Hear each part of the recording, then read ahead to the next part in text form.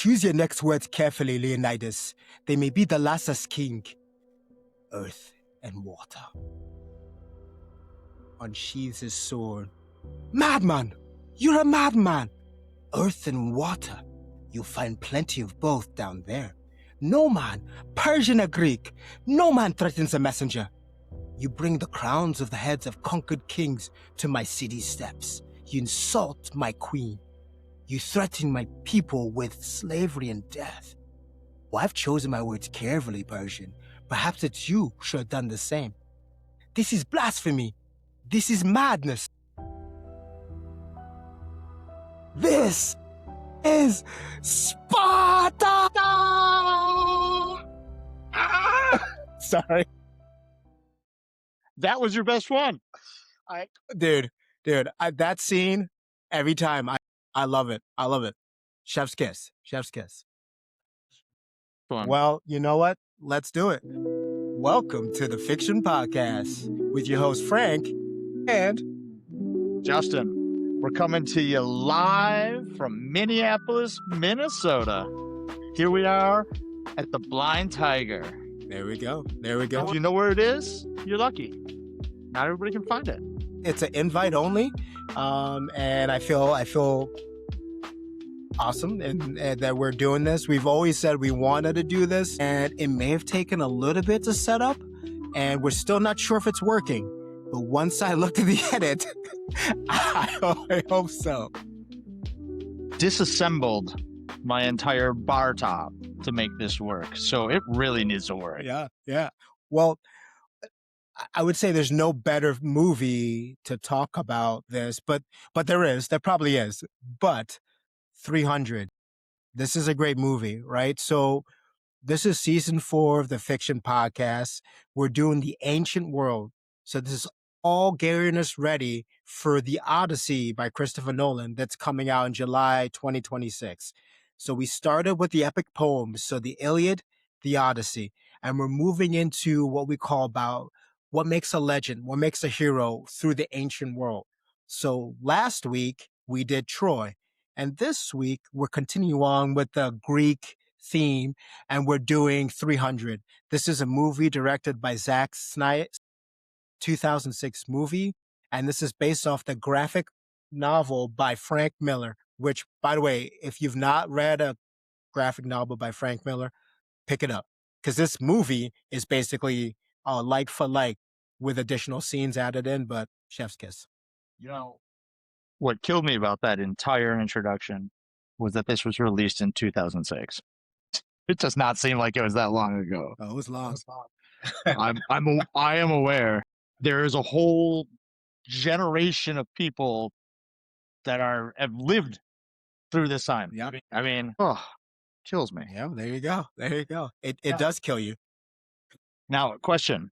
You'd mentioned the graphic novel and wanting to bring Frank Miller's graphic novels, and you recommend it. Of all of his graphic novels, is this the one you'd recommend if someone hasn't picked it up? I mean, since we're talking about the ancient world, I have to say so, because it's fun, because he takes the Battle of Thermopylae and he makes it into a beautiful propaganda piece, but it's a beautiful piece of art. But if you put a gun in my head, I would say no. I think The Return of Superman is a really good one. Obviously, Sin City is really good. So I think he's done better pieces. But what I will say is, when you take the adaptation into it, this is one of favorites. Okay, I was going to change it, but then you answered the question anyways, which was like, okay, if this is your favorite, then what would you also recommend? Yeah, for sure. All right. Well, let's hit it a little bit more, right? So we said we're talking about the ancient world. We're looking at this through the lens of the Spartans, who's one of the big powerhouses in ancient Greece. They had the Spartans, the Athenians, you had some others, but those are the two that people really recognize. And this is focusing on the Battle of Thermopylae, where they're facing the Persians. They're outnumbered 1,000,000,000 to 1. That much is true. Everything else is false. That's might be a slight exaggeration, but ballpark. We're rounding up. Yeah, yeah. So it's a fun rendition of history, but it's definitely told through the, I would say, the Western, the Greek propaganda wheel, because it depicts the Persians as the other. But I think what this movie does, we had two guest speakers last week who said this 300 has very amazing good things and also very bad annoying things. And I think one of the good things is just for the average Joe, because it is just, I'm going to use this word, and so I'm going to say pardon, I sorry, but this is an orgy of action and abs. Action and abs. I'm not going to lie to you. Rewatching this movie, I'm like, I have to go to the gym. I need 1% of those abs. That's what I need. Listen, there were 300 men who had that. I feel like I can be one of them. What? 300 men out of the whole world. You think you got those odds? Um, I saw your notes on this, and the amount of times that you wrote down abs was disturbing. I was just writing as I'm watching, and that's all I saw was his abs. Jared Butler, our abs. You know, there's a couple of tidbits to add here. Please, besides abs. Gerard Butler talked about the regimen that they had to be this fit, and they hated it. It was absolutely miserable. They're like, it was just difficult to deal with. Don't ever want to go through that again. You know, and then you say that comment, and when I 20 years ago was like, yeah, I need to be one of these 300. Yeah. And then I rewatched it, and I said, you know, I'm comfortable with who I am. I'm good. I appreciate you having the goal for the abs, but I'm happy. I'm silent clapping for you. So yeah, no, that's good. That's good. But okay, all seriousness, right? So we did pick this, right? Because it does depict history, and it does give us the core question that we're searching throughout this whole season. Who gets to be remembered? Who gets to be the legend? Is it the winner, or is it the person who tells the best story? Because I think that's a core aspect of this movie. So just what we'll do is we'll let you know there'll be spoilers.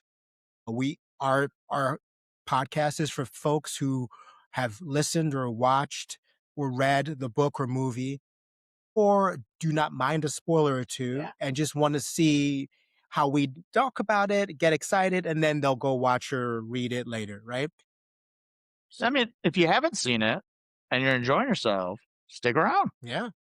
Yeah. So we'll hit a brief summary, and then we'll get into some themes that painted their apps, painted the story. Those weren't painted. Talk about the one key character, right? King Leonidas. And then we'll talk about world building, and then wrapping to our favorite grades. And Justin, I added just for you the Ron Weasley Award. We will continue that.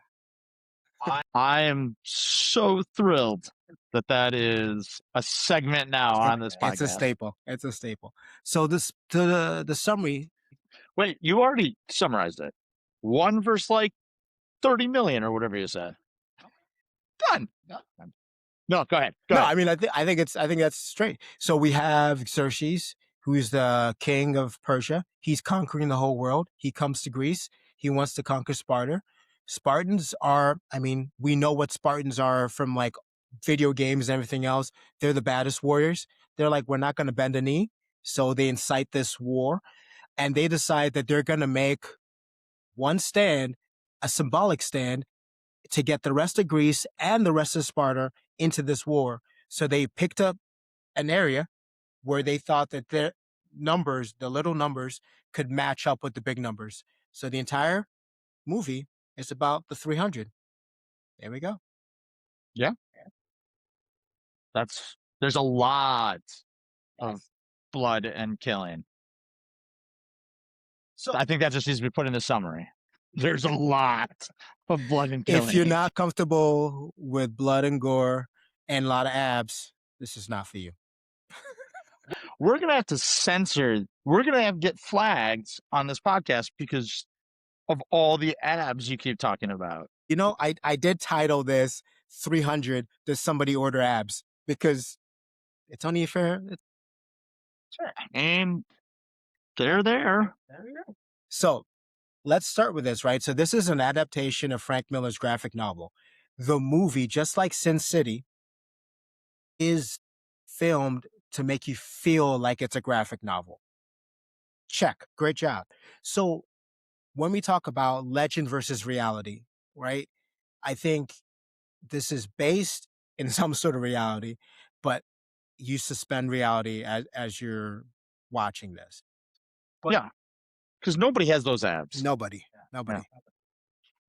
Now I'm getting involved. But the key question here, so is the story of the Battle of Thermopylae, is it about the Spartans wanting to be remembered, or is it something else? It's an interesting question because I I think it's about the Spartans and what ends up happening at the end, right? The Persians lose eventually. And I think that history, as we know, is told by the victors. So they're going to glorify their role in all of this. And that's what happens. And so that's the story we get. I don't think we're going to get anything else. You're not going to hear another story. This is what happened according to their legend. And that's all we got. Yeah. No, I agree. I feel like it's like a stylized myth, right? Because, like you say, I asked the question: is this the winners tell the story, or the person who has the best storyteller, right?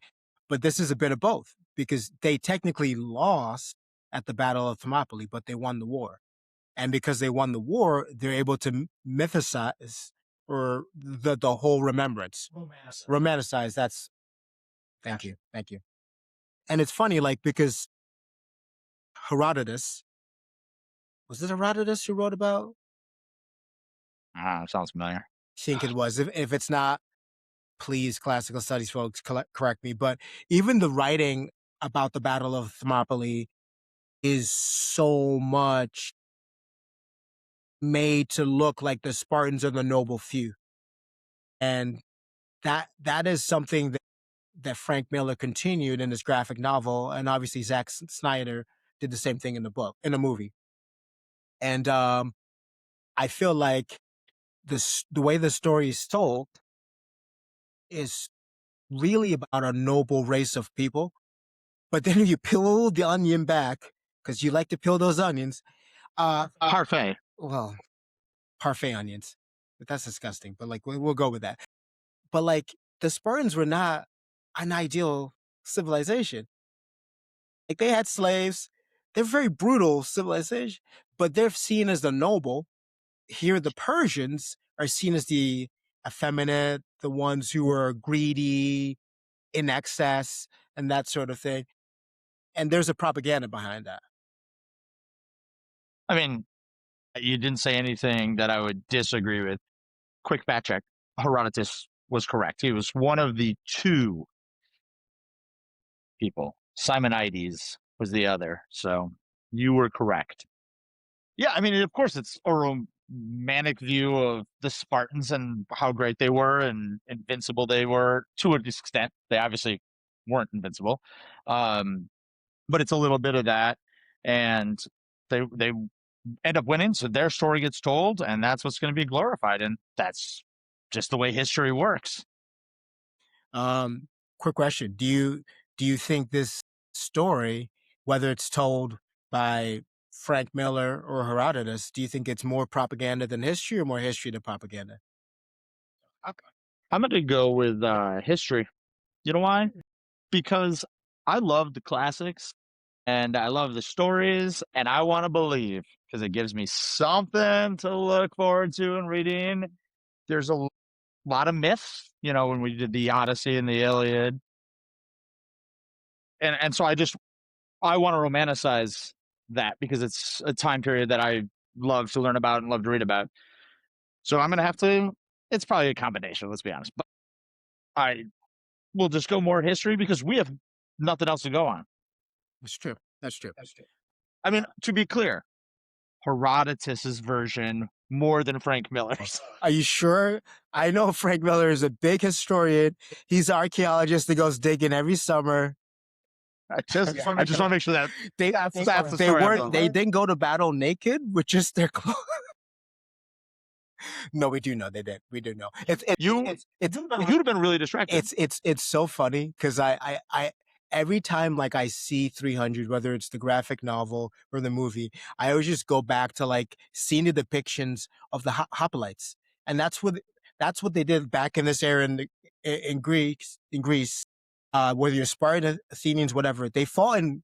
I'm going to use the term shield wall, just because people are more used to that with the Vikings and that kind of stuff.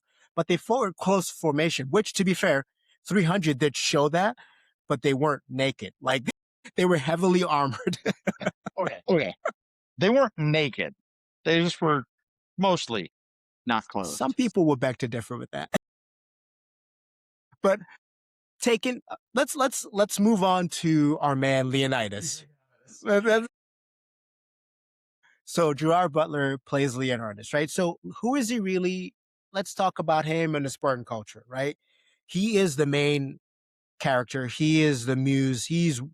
I mean, there are other folks, but I think the whole story is about King Leonidas, which, fun fact, Spartans during this time had two kings, right?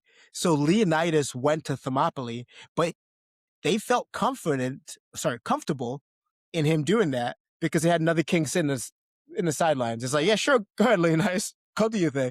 So this does make it more romanticized when you think like you're king. The embodiment of your culture is going into battle, knowing he's going to die, and leaving his society to hang. But in reality, there was another king back at home, right? But That doesn't make as good a story. doesn't exactly. So let's break him down. Warrior king, symbol. What do you father, husband? Did you like the portrayal? And do you like Leonidas in general? There's a lot of avenues. Go. Unlike the battle, we don't have just one angle here. You just given me a lot of paths. I don't like just pigeonholing you in the whole Thermopylae. You should have pigeonholed me. You can't just let me go anywhere. It's gonna go off the rails. Um, I'm trying to figure out where to start. As Gerard Butler's character goes, Leonidas in the movie, uh, I think it did everything the movie and the graphic novel wanted to do, which was glorify the Spartan culture and the violence and the warrior culture and the ability to fight and be courageous and lead your men into battle and stand for something that you believe in and do all of this. Nails it. I think it does a great job. The character development in this movie isn't to a level where I'm like, oh, he was a great father and a great husband and did all these things, and you can really feel that and fall in love with that for his character. But I think what the movie does and wanted it to do was just be an action-packed, constant fight scene, and that Gerard Butler and Leonidas nails it. Listen, I'll play some devil's advocate here. I did think he had layers like Parfait. I mean, very limited layers, very skinny layers. But I thought the whole picture that they were painting about this society, they didn't hide the ball. They showed you the brutality of the Spartan life, right? Order, like they killed babies, right? They made very interesting men out of boys, right? We're gonna have to really have some disclaimers on Yeah, this. yeah.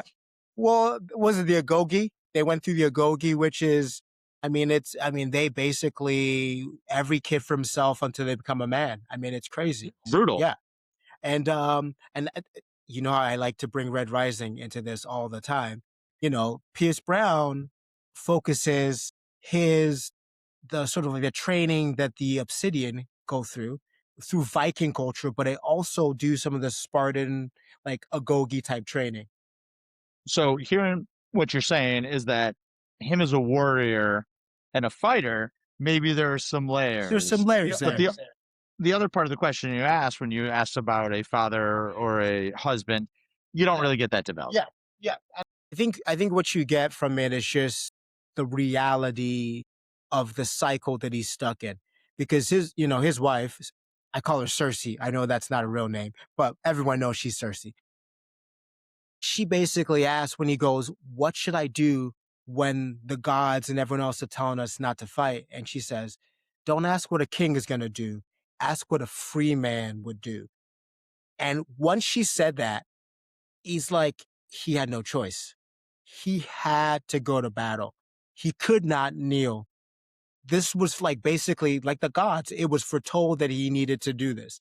And I think that's not necessarily layers, but it speaks volumes to the second part of the question about like the Spartan culture and what they respect and sort of what he was living up to.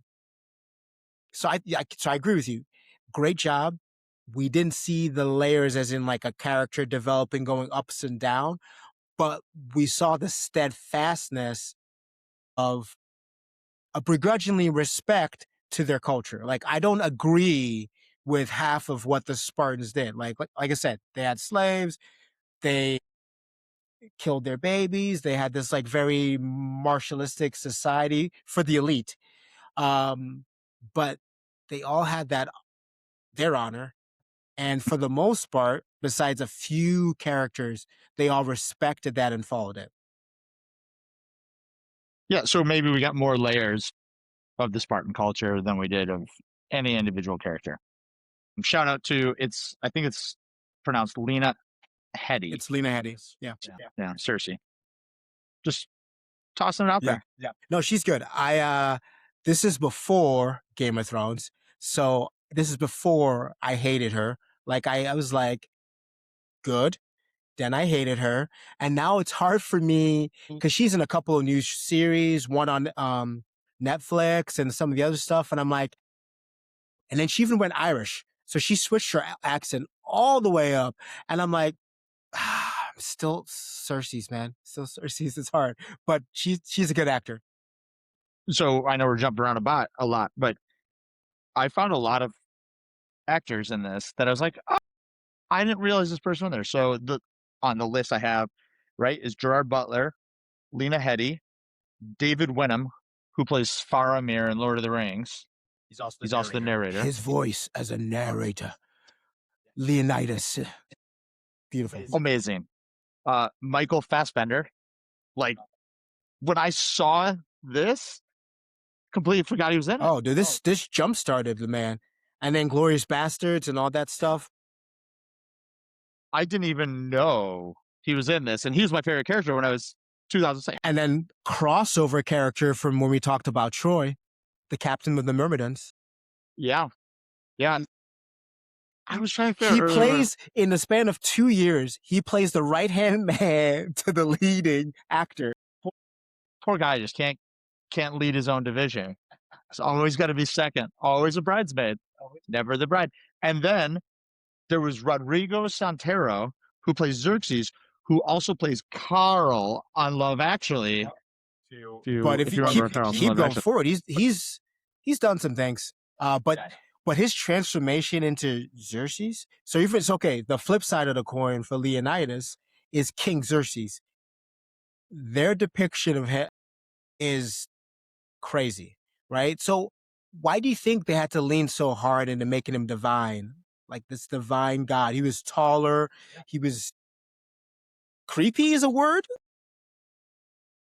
We use unique. I like your word choice today. Good word choice. Well, one, you had to have a vast difference between Leonidas and Xerxes. One, not enough abs to go around. He still had abs. I know. I hate it. I'm just trying to I'm bringing it full circle to your request here. But I think the image of the Persians that was set up was that they're this extravagant, over the top, just gave into whatever Desires. base desires. Thank you. That's what I was looking for. And you have this militaristic, just gonna do everything I can to survive and not bend the knee, which is the Spartan culture. And, Leonidas, you had to have two sides of the coin, I think, to make them to try and dislike one and love the other. And you follow that character and like that character. And the funny thing is, Frank Miller didn't stray too far from the original source. Like throughout, because there's multiple wars between Persia. So Xerxes is son of Darius, and he tried to invade Greece and all that stuff. So the Greeks have made it their task to make Persia and those out, in the East seem effeminate, to seem weak, to seem greedy, to seem lustful, and to say like they're different. We're honorable. We have a code. We have respect. We don't have slaves fighting, which they did. So I think that us versus them was definitely played in the initial source, and you see it here too. So is the Persians invading Greece just like different cultures like Napoleon who tries to invade Russia in the winter? You just don't do it. Exactly. The Persians just got to stop attacking Greece. Yeah. Come on. Learn your lesson. Thank you. Question: would you want to be a Spartan? No, you insane? Not even for their abs. No, it's ridiculous. One, because I don't know what type of Spartan I'm going to be, so I don't know what I'm getting into here. Two, we just got finished talking about how brutal this culture is. I'm not going to survive in that culture. You're not surviving in that culture, Frank. Yeah. Be realistic. Listen. There was a time where I believe I would have, but do I want to? Heck no. No, that's not for me, man. I'll go to Athens. Yes, I'd much rather be an Athenian. In our age, in Spartan culture, they'd have put us out to pasture. Well, the good news is we won't be needed as warriors anymore. We either be hated because somehow we didn't die in glorious battle, or we'd be honored as the few the village elder who's made it through. First of all, let's be realistic. We were dying in the first battle. Got put into. Oh yeah. I probably would have just asked to go to Thermopylae. Like, listen, if I'm gonna die, at least let me beat a 300. Can you give me that, Leonidas? Lift your shoulder, Frank. Yeah, this is why I need to develop a skill. If I ever get transported to ancient times, I need to have something of value, because being a warrior is not going to be it.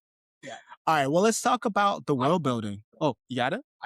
I'd probably be an oracle because I could tell the future of what's going to happen. You'd be high all the time, but that's price. I was just trying to survive. All right. So world building. This is fun because even the world building that we see is stylized because it's sort of the adaptation of a graphic novel. So do we look at this and do we think like it's style over substance, or there's still some substance? And talk about the world, because the world's beautiful. Yeah, I think I feel like I should let you go first on one of these, but Not like you go first. It's a beautiful movie. It's really pretty to watch. The cutting, the way it's done, just all of it all together. They do a wonderful job. The slow motion scenes, they stop, they cut here, they zoom in on this, you get the burst of blood here, whatever it is. So you get a little bit of that dark world from a graphic novel. And you've said it, they shoot this perfectly, I think, to the graphic novel. That being said, they build the world of the 300 according to the graphic novel, not how I picture Greece or anything like that. It is solely, you're in the graphic novel, but you feel like you're in it. So from a graphic novel standpoint, the world building is amazing. But from a realistic standpoint, I think Troy feels more realistic of the world building that you're going to see. Yeah.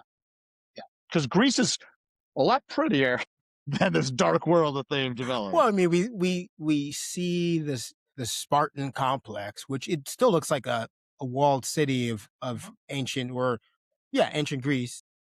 So that's good. But then they pick the battle in, Thermopylae. So in that area where it's like, yeah, it's not very pretty. But yeah, no, I agree with you. I think the way they filmed it, the coloration that they did, and you said they zoomed in here. I was like, well, they zoomed in on abs. I jumped in. I felt like, yeah, I should have. But I I think the way they filmed it, I think the cinematography, I think the choreographed scenes, just beautiful. And then like it's it's not childish, but it was simplistic. The dialogue was straight from the graphic novel. And now, to be fair, not all graphic novels have that like one-liner punchy back and forth. Like we just for our book club just did The Watchmen, right? That and there are some graphic novels that have more in-depth dialogue, but this one was made to make a point in one sentence, right? Like one of my favorite scenes was with Michael Fassbender, right? When the Persian emissary comes in and he's pissed that Michael Fassbender is not paying attention to him, so he tries to whip him, and Fassbender takes his hand, and he's like, 1,000 legions of the Persian army shall attack you. Their arrows will block out the sun. And it's just like, then we shall fight in the shade. And it's just like, that's so cool. Then when it jumps forward to when they do that, And they start laughing. Yeah. They're like laughing. You said it. You had to say it. And Fight in the shade. and it's just like, you think about it, 1,000 arrows are falling on you. It literally blocks out the sun. And you're laughing because you cracked a joke. What else do you have to do in that situation, I guess? Yeah. Speaking of those lines, and you said it when you read the introduction, did you know that Gerard Butler improvised yelling, "This is Sparta"? Yeah. It was supposed to be just said quietly and calm, and instead he just sent it. Yeah. No, you mentioned that in our past episode, and I remember hearing that, and thank you. I don't think it hits if you say this is Sparta. Yeah, it's Sparta. Like, what is that? I mean, this whole movie was stylized masculinity. Yeah. But a nod, my friend, to some of the feminine strength, because the feminine roles in this movie, the Senate scene, all that stuff, is not in a graphic novel. So I do appreciate that they added that in. And then when he does say this is Sparta, he pauses, he looks at Gorgie, looks at his wife, and she just nods. Yeah. And he's like, she gave me permission. And so I love that. A great job. And someone we didn't mention was Dominic West. Oh, yeah. From The Wire, which if you have not seen The Wire, you need to. You must. Yeah. I think it's probably the best TV show ever. I can concur. I'll concur. Yeah, no, he plays all these other roles, and I'm like, nah, man, it's just The Wire for me. But he plays a villain. But I didn't know him. Like, obviously, like I saw this. That's true. Like I watched this, and then I forgot he was completely in it. And then we rewatched it. I was like, oh my goodness. Yeah. This is amazing. That's fair. They just kept throwing actors at me. I kept having one of those moments like, there it is. And I just put it together. And it took me a while. Yeah. Yeah.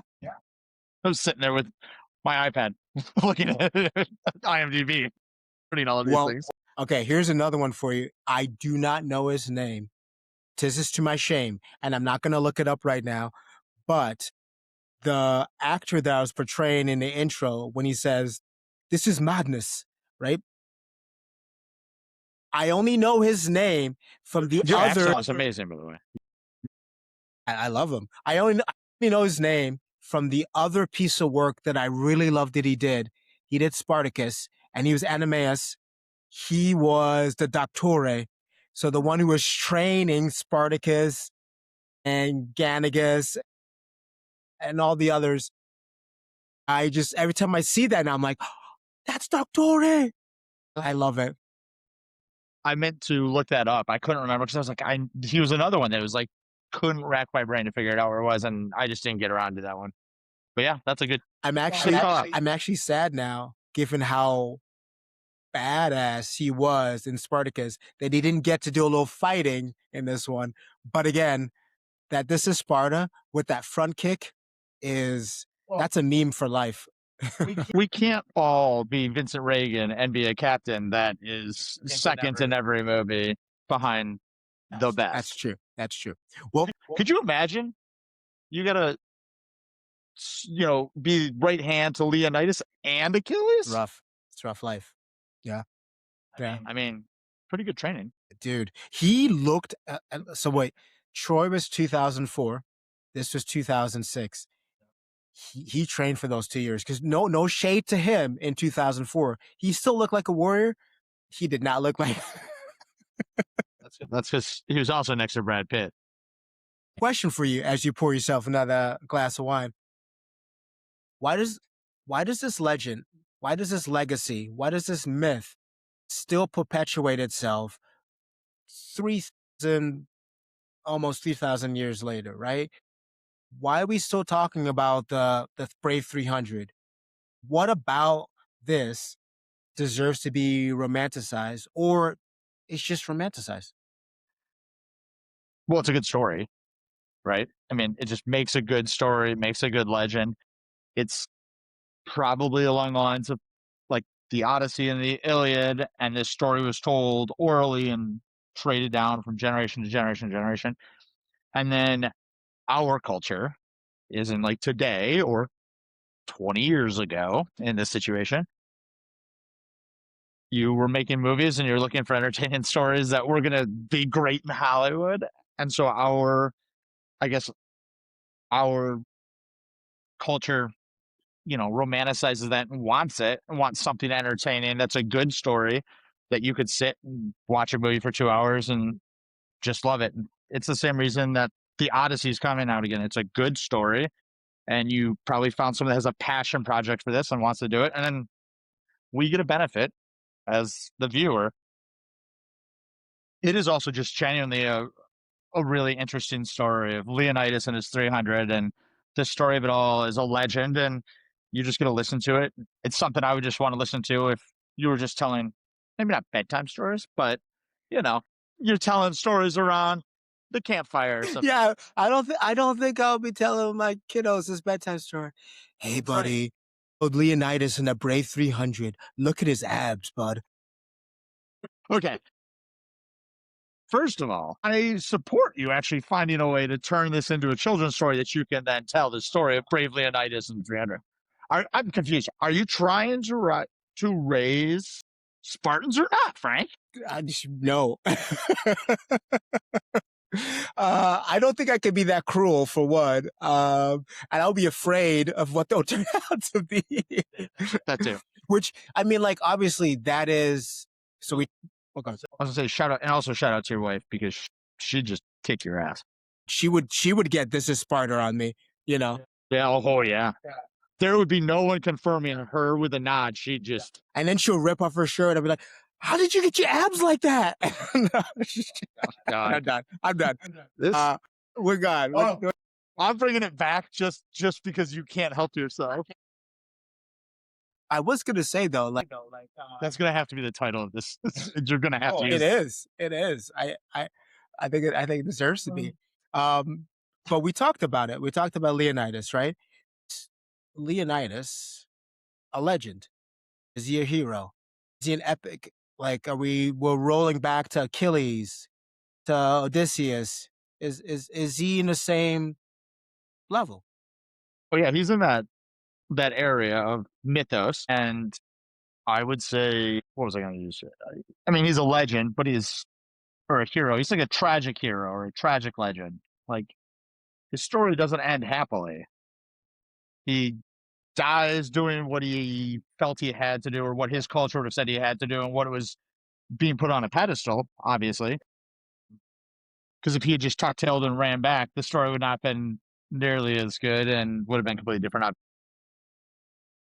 You know, he's a legend, but he's a tragic legend. You know, like because his story is a legend. So I probably wouldn't use hero because it's probably too common of a, you know, like the term is tossed around a lot. But his story is a legend, but it's a tragic legend. Yeah. Which, I mean, kind of fits, like you said, our tragedies that we have with Achilles. I mean, I don't Odysseus. I don't know if it's a full tragedy, but it's sort of. It's either a Greek tragedy or it's a comedy. Yeah. And I didn't really laugh during this movie. I did. I'm bringing it back full circle. Laughed about how my abs would never be like that. That's the last one. I'm done. I'm done.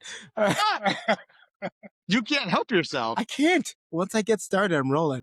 But I I will agree with you too. I don't think he's a hero in the heroic sense of modern day, because the idea that you would never kneel, the idea that you will never surrender is a little too absolute. Sorry, absolute. Even for the Spartans, that was not the Spartan way of doing it. They lost battles.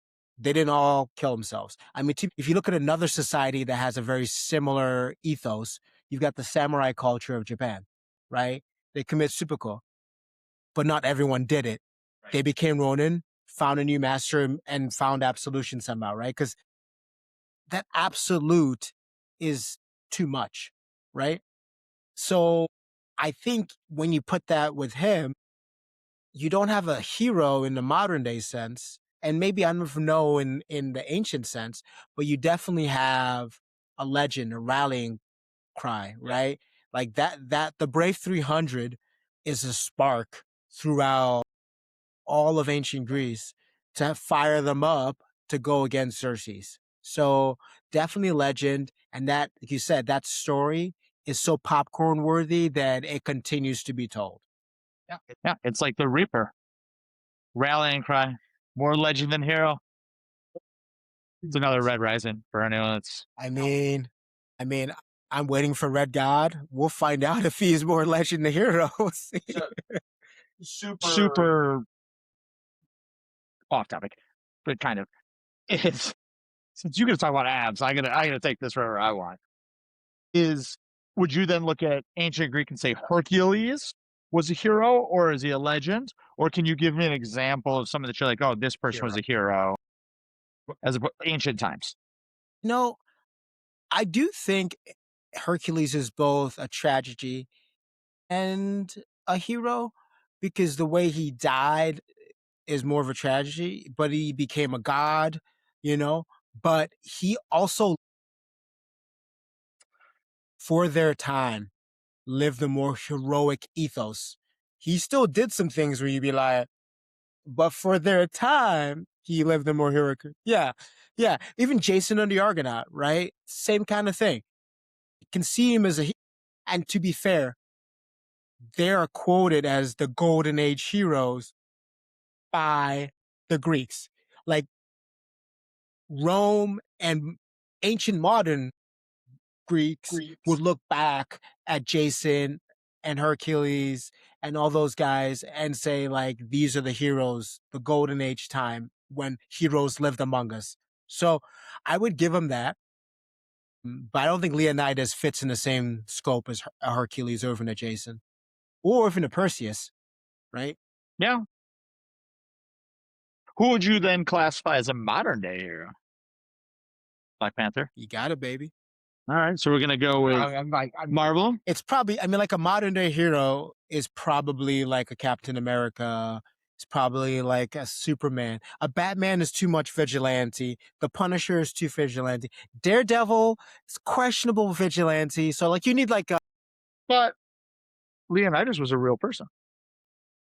Yeah, I get you. Oh, you tell like, oh, you You want me to say like I'm Martin Luther King or something? Like, oh, There it is. That's what I was going to use. sure. I mean, listen, the dude wasn't wearing a cape or like underwear, but like, yeah, I guess. That's who I would have said. So I was getting there around about way. All right. Cool. MLK. I love me some Malcolm X, but I will agree that it probably is a little bit extreme to fully flush out that like blue collar kind of hero. All right. We talked about some heroes. Now that we hit some heroes, some legends, we gotta go the complete 180. This is the Ron Weasley Award. Best segment ever. You have to tell us why we do this. I can't wait for Rupert Grint to get on this and catch up with us and be like, you guys are the worst. I can't believe you would do this. How dare you drag my character through the mud? I think you do agree with us. If you go back and listen to our other episodes and you listen to our Ron Weasley episode in season 1, I go on an absolute tear about how I really feel about Ron Weasley. He's a weasel. He's just the worst and annoys the heck out of me. Never really brings any value add and gets dragged along by the hero's coattails and is jealous and is a terrible friend. I'm summarizing. You are. So, in honor of Ronald Belius Wan Weasley, we're going to give out the Ron Weasley Award for the movie 300. I can think of 2, maybe 3 characters that I think are deserving of this. That's 4. Okay. I'll start Elfieltes. I felt sorry for this man. Yeah. But Leonidas gave him a practical way to serve with honor, right? Given the Spartan ethos, he's like, well, no, I need to be in the battle. But if you're truly Spartan, you wouldn't be alive, right? So Leonidas didn't say, die, go. He said, come help us because you can't be, I'm using air quotes here, on the shield wall because you can't lift the left arm, right? Mm-hmm.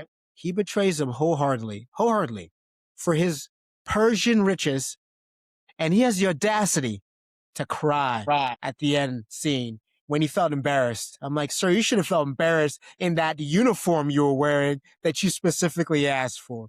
So he is my Ron Weasley Award. That was a ridiculous uniform that he had. Like that hat. He was a gesture. Sorry, jester. Yeah. So he's on my list, but I actually have him towards the bottom because I did also feel bad for him. Like he was born this way and he couldn't. Yes, born that way. Right. No, I know what you mean. And so I had a little bit of sympathy for him because he was trying to overcome. But he's on my list. I think I know who your number 1 is. So I have 3 others, and I'm not sure who I want to go with.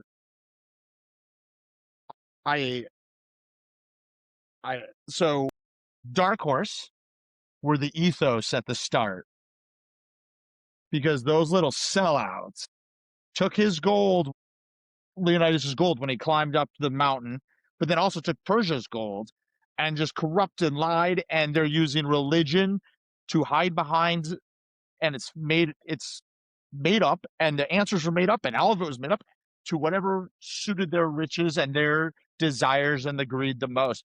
I don't know. I might be talking myself into ethos being the Ron Weasley. I might be talking my way into that. The other person, I think I know. You think I'm going to say Theron? I think you are. Yes. Dominic, what's his last name? West character. Yeah. But you have to have a bad guy to drive this story, and he's kind of it. He's the manipulator that's making the 300 happen. This is why the whole story goes, because he's the man behind pulling the strings like the puppet master. So he's necessary. Okay. So my other one was Xerxes, that entitled, spoiled little brat, thinking he just deserves a country because he shows up, doesn't fight himself, inherited it all, does nothing. He's a terrible leader, terrible general. He's throwing hundreds of thousands of men against 300 and can't win. gets chased out of Greece. He does nothing. To be fair, his generals are thrown away because they don't have the strategy to win. So their heads get cut off. And he's a god. Gods don't fight themselves. He's not. He thinks he is. So, Ron Weasley Award. After all that, it's going to Ephialtes. No, I'm just messing. It's going to the ethos. I thought that when I was first watching this, I was just like, you selfish little cruds. I will say they are a funny way of bringing in the gods, but bringing in greed and cruelty at the same time.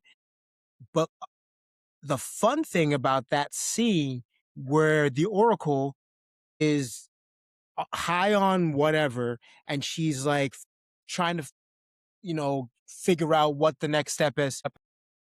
That scene is so beautiful. And the behind the scenes, right? They show you that they film it in water. And so that's why her movements are so fluid. And you can see that's why her eyes are closed and then her lips are kind of like she's like holding her breath. But you watch that, I'm mesmerized. But yes, I agree with you. I agree with you. I agree with you. Okay. Okay. Was that the most mesmerizing scene for you, or did you have a different one? Listen.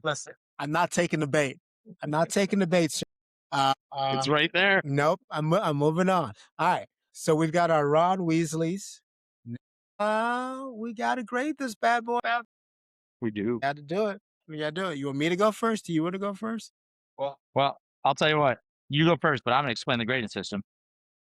So, if you haven't listened, or you just want a reminder, is we use our grading system off of a professor that we both had in college, Professor Guinea. Shout out, Professor Guinea. If you're out there listening, we use the grading system that you told me first day of class as a wee lad at the age of 18, knowing nothing. A C is good, acceptable work. It's average work. It's what our minimum we expect if we want to actually finish a movie. There it is. A B is very good work. It's above average. And then an A is phenomenal work. One of the best out there. Now, we also use partial grades. So we'll go B minus, B plus, C plus. If it's one of the books Frank picks for book club, could be a D. Listen, I explore. I said could be. I explore multiple book options. I said could be. People don't appreciate the far-reachingness of my book exploration. No, we are, yeah. So we do grade a little bit harder just because an A is phenomenal. But you say that, and then we watch like The Lord of the Rings, and we're like, it's all amazing. Yeah, I mean, but it's The Lord of the Rings. It's like if we were grading Rome or grading, Breaking Bad or The Wire. It's like, sorry, like, listen, yeah, it's an A. All right. Controversial on this. I couldn't finish Breaking Bad. I've struggled. It's like the fourth book in the Red Rising series. I just can't get past one episode in it, and I keep getting stuck. If you didn't own The Blind Tiger, I would say please get out. But you do, so I can't do that. Where might I point out, you drink for free, and your tab can be called in. No, you have to finish Breaking Bad. It is one of those like Sons of Anarchy. The ending is one of the better endings. I hear that, and I appreciate you making that shout out because I think the last episodes of Sons of Anarchy, how it all wraps up, whew, amazing. All right, so go into this grade, but this is unfair because I don't think it's a great movie, but I really enjoyed it. Also agree. Like it's like, and you guys can be like, well, Frank, the masculinity and the abs and like that, you just love that. I'm like, not really, but yeah, but it's just like the way it's filmed. I understand it's cheesy with like the one-liners, but they really hit. Like it's just really fun. I love the choreographed moves. I love the like the graininess of when they like see like the immortals. It's gritty, it's fun, it's action packed. I don't need to focus, but I can get so many layers from it. but it's not good. Like it's just not. And then obviously the historian, air quotes here, in me is kind of like, yeah, so many liberties. But then again, it's adapted from a graphic novel. So with all that being said, I will definitely recommend it to you. I'm gonna give it a straight B. A straight B. You know, I mean, that's what I have. It's right here. You can see it. I think you said a lot of it. If you would have asked me 20 years ago, I bet you I'd have said A minus. Oh. I loved it. It's just such a great ride. Absolutely loved it. Especially just age I was, where we were, what we were studying, all of that. Yeah. But it's a B. It's better than an average movie. It's worth watching. It's worth seeing if you've never seen it. Great topic, but it's not phenomenal work. It's not better than any of the other A's we've given out there, anything like that. It's not even a B plus. It's a B. That's a solid B. We couldn't have sung any higher praises. So I think let's just leave it there. Listen, this is if history remembers the Spartans as heroes, does it matter if the story isn't true? Maybe, maybe not. Because at the end of the day, though, like we're not asking what happened, we're asking what kind of story survives. And this kind of story does survive. But next time, we're gonna stay in the ancient world, but shift to a different lens. We're not gonna be looking at the legends, the Spartans, the half-naked men, Dabs. because not every hero dies for glory. There are different types of heroes, and there are different types of heroes in the ancient world. So we're gonna go sticking with film, but we're gonna go. I think this is almost a 180. I'll call it like a 120. You think it's a 120? So what, buddy? If it's what I think it is. Prince of Egypt? Yes. Hey, I was when I threw this one on the list, I was like, we're kind of throwing darts. I was like, So Justin, we were brainstorming, and Justin threw it out. I was just like, yeah, no, I want to do the Prince of Egypt. I think that's great. So we're gonna go animation. We're gonna do Prince of Egypt. So that's gonna be our next week. But if you've liked this, we enjoy doing this. If you've enjoyed it, like us, follow us, subscribe. We're on YouTube. We're on Instagram at The Fiction Podcast, and you can catch the audio versions of the podcast on Spotify and Apple Podcasts. But you got questions? Hit us up on Instagram, and also hit us up at thefictionpodcast@gmail.com. I was going to say, you've got questions. I was going to say we have answers. They might be wrong, but we have answers. However, if you are watching this and whatever vessel you're watching it on, this is my stuffed moose in the Blind Tiger. And the other day, I was having a conversation and realized he didn't have a name. So if anyone's got a good name for a moose, please throw it out there because he needs a name. Amen to that. Amen to that. Don't forget to slide into Frank's DMs. No amens. No amens to that. But you know what? It's been a good day. We're at the Blind Tiger. We're drinking some wine. So cheers. Thank you. Cheers. And we'll sign off. Bye, y'all.